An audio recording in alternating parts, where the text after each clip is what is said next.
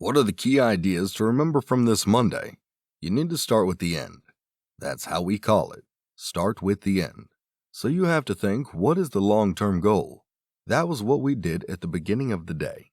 You also need to take into account that not everyone knows everything, even though some have given the impression that they know everything. Not everyone knows everything. So you need to collaborate and work together. You have to allow everyone to be able to speak, exchange, and give ideas and knowledge. And then everyone will be able to vote.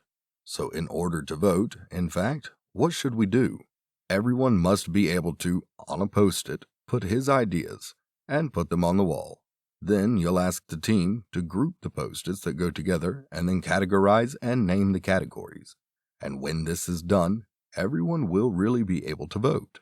So everyone has the ability to vote, to give his or her idea. That's very important, because if people do not feel free to give their ideas during your sprint, the project will have no chance of success. So for you, as a facilitator, what advice do I give you? Ask for permission.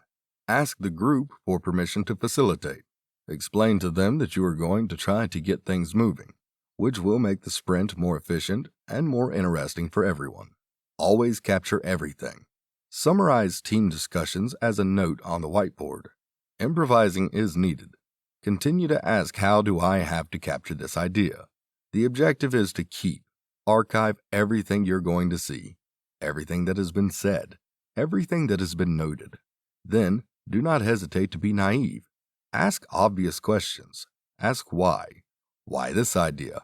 Why this notion? Why this example? Why this? Why this? Ask questions so that people can simply develop their ideas and be the most concrete, as accurate as possible. Take care of humans. Keep your team energetic. Take breaks every 60 to 90 minutes. Remind people to eat light at lunch. Decide, then pass to something else. If you ever see that decisions are slow to be made, unfortunately, you're going to have to say, we move forward. Because if decisions are too slow to be made, or people are too slow to explain their ideas, unfortunately, it's undermining energy. So you also have to learn to be firm. We'll move on to the next step. We'll come back to this later, if necessary, but we move on now. We can't take too much time on that. If this is too complicated to explain, it means it'll be too complicated to actually build it and test it with clients. If you ever see that the decision can be important to take, but it's too slow, in this case, it's no longer your role to move the project forward. It's up to the decision maker. Ask him or her to make decisions. Do it if you see that the decision that has to be taken can lead to opposite directions, depending on whether the answer is yes or no. That's an example. If the answer comes down to a yes or a no, there you ask the decision maker to choose. What directions are we going in?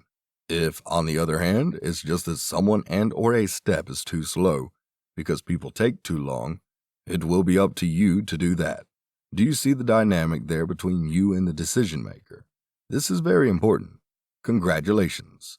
We just finished the first day. Go rest. We'll meet tomorrow for the second day.